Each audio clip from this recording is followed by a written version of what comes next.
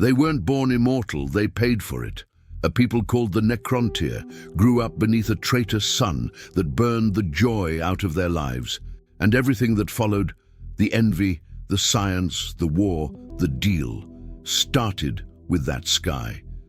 Their star wasn't just bright, it was poisonous. Its radiation chewed on them from cradle to grave, shaving years off bones and hearts and plans.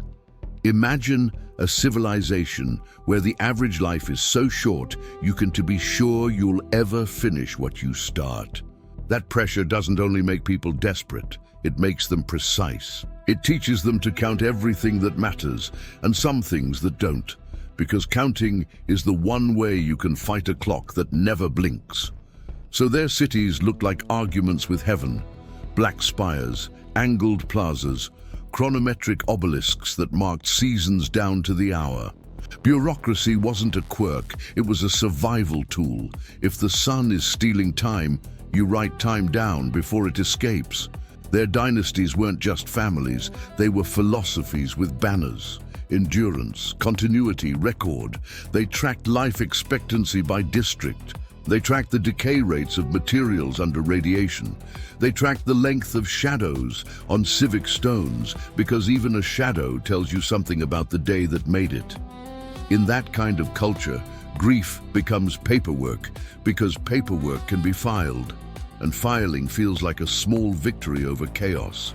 Then there were the neighbors. The old ones were ancient masters, with lifespans that made Necrontyr lives look like sparks. They didn't just have technology, they had time to iterate. They crossed the stars through quiet roads, the webway, without needing to dip into the warped storms, and they shaped living things like artisans shape clay. From Necrontyr eyes, this wasn't neutral. It looked like theft. Why do they have the one thing we can't buy? Envy hardened into policy, then into a worldview. Long life equals justice, short life equals robbery. That belief doesn't map to reality, but it explains how pain turns into anger that feels righteous. Once a people believes that deeply, diplomacy has to fight its way uphill. War came, and it exposed the one advantage the old ones would always have: margin for error. When you expect to live for centuries, you can retreat, redesign, and come back better without the whole civilization aging out before the plan matures. When you expect to die young, you rush, you gamble, you try to win before the board resets. The Necrontyr were clever, but cleverness without time is like a sharp knife without a handle. You can cut, but you can't control the cut for long. Dynasties that needed to share research hoarded it. City-states that should have combined logistics fought over credit. Brilliant projects died with their designers. The first round went badly, and every loss felt like cosmic confirmation that the deck was stacked in favor of the long-lived. Here's what kept them from collapsing. Pain turned into focus. Their astronomers mapped their killer. Their physicians became hard realists. Their engineers taught metals to behave under punishment. If your enemy is the sun itself, you learn stars like a language, because fluency beats fear. The research culture that formed at the core of Necrontyr life wasn't poetic, it was stubborn. They stared into stellar spectra for patterns most species would never think to look for, because most species aren't murdered by their daylight. That's when they noticed the anomalies. Not myth, not rumor, data. There were places in the light where the numbers behaved like will. Coherent, repetitive signatures that suggested there was an appetite inside the furnace. If you were sitting in a Necrontyr lab and you've spent your life converting terror into charts, this is the moment your hands go still. The weather has a face. Stars are not just gas and math. Something is awake in there, and if a hunger can notice you, it can notice bait. The Necrontyr did what they always did. They built a plan.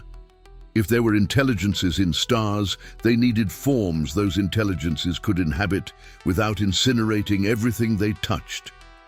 That's where their work on living metal, an obedient, self-healing substrate, took a step that history still hasn't recovered from. Necrodermis wasn't just resilient, it could be instructed to hold a shape, flex under specific stress, and flow back together when damaged. The leap wasn't, can we make a container? It was, can we make a body a stellar mind can wear? When the first Necrodermis shell cooled around something that had once been a patch of shape in a star, the room would have been silent in the way people go quiet at a birth or a detonation. Names followed because once something has a shape, you name it. The Nightbringer, the Deceiver, others whose titles read like warnings, not invitations. If your mind reaches for gods, drop the comforting parts. These weren't teachers or judges in robes. They were predatory physics with attention spans. The crucial truth is simple. Appetites can negotiate, not because they care, but because bargains are efficient. The offer they made to the Necrontyr hit the center of the target with surgical neatness. We can fix the one thing you cannot, your time. There's a reason the Necrontyr listened. They weren't stupid or naive. They weren't dazzled by miracles. What the star beings offered wasn't a blessing, it was a process.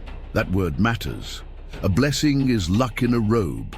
A process is throughput, tolerances, repeatability. It says, stand here, follow the steps, emerge improved.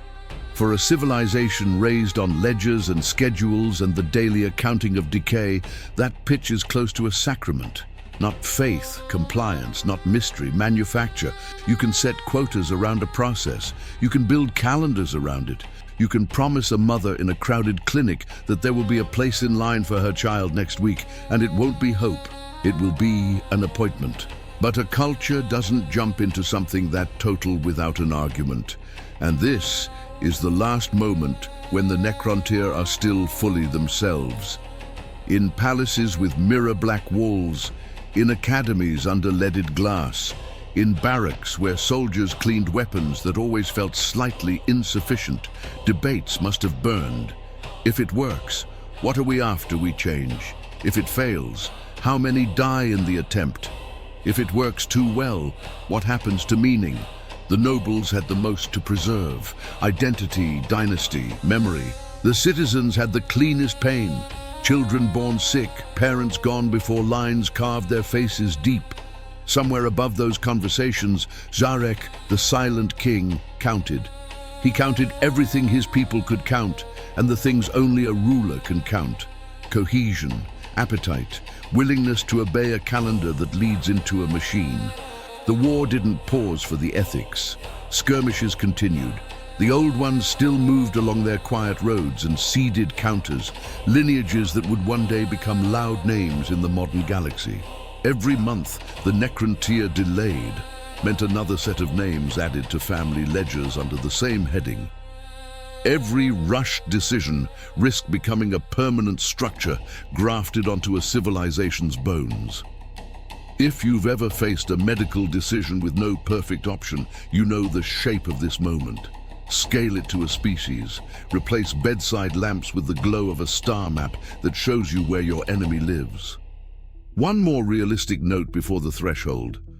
The Necrontyr did not mistake the star beings for friends. They were not enraptured. They were engaged. Alignment is not trust, it's direction. Our goals point the same way today. We walk together today. That's cold, almost admirable in its clarity. It would matter later. When betrayal came, it would be met not with surprise, but with engineering. So picture the streets on the day the notices go up. They aren't written on paper, they're etched into metal plates that won't decay. Petition here for assignment in the biotransference trials. Think of a craftsman who expected to die before his tools earned their keep, reading that engraving with a hand that doesn't quite stop shaking. Think of a scholar whose joints ache in the morning smog, counting the steps to the clinic because counting is how you avoid panic. Think of a soldier on a frontier that never holds, hearing that the enemy's gods have agreed to dress in shapes the Necrontyr can use. Hope doesn't arrive clean. It arrives tangled in fear and bargaining and anger at the years already stolen. Here is where Section 1 leaves us. At the line, A civilization born sprinting under a murderous sun has found a way to invite hunger into a room and talk to it. They have turned living metal into bodies for star mines. Those mines have made an offer engineered to fit the exact hole in the Necrontyr heart. The arguments are still echoing in the palaces and labs, but the ledgers are louder. Time has voted, and it always votes the same way. In Section 2, we step onto the factory floor. What biotransference actually was, why it worked, what it cost, and why the moment it succeeded, the Necrontyr stopped being a people and became a legend written in living metal. But before we go further, if you're into these deep dives, hit like and subscribe. It tells me to keep digging into the darkest corners of the 41st millennium.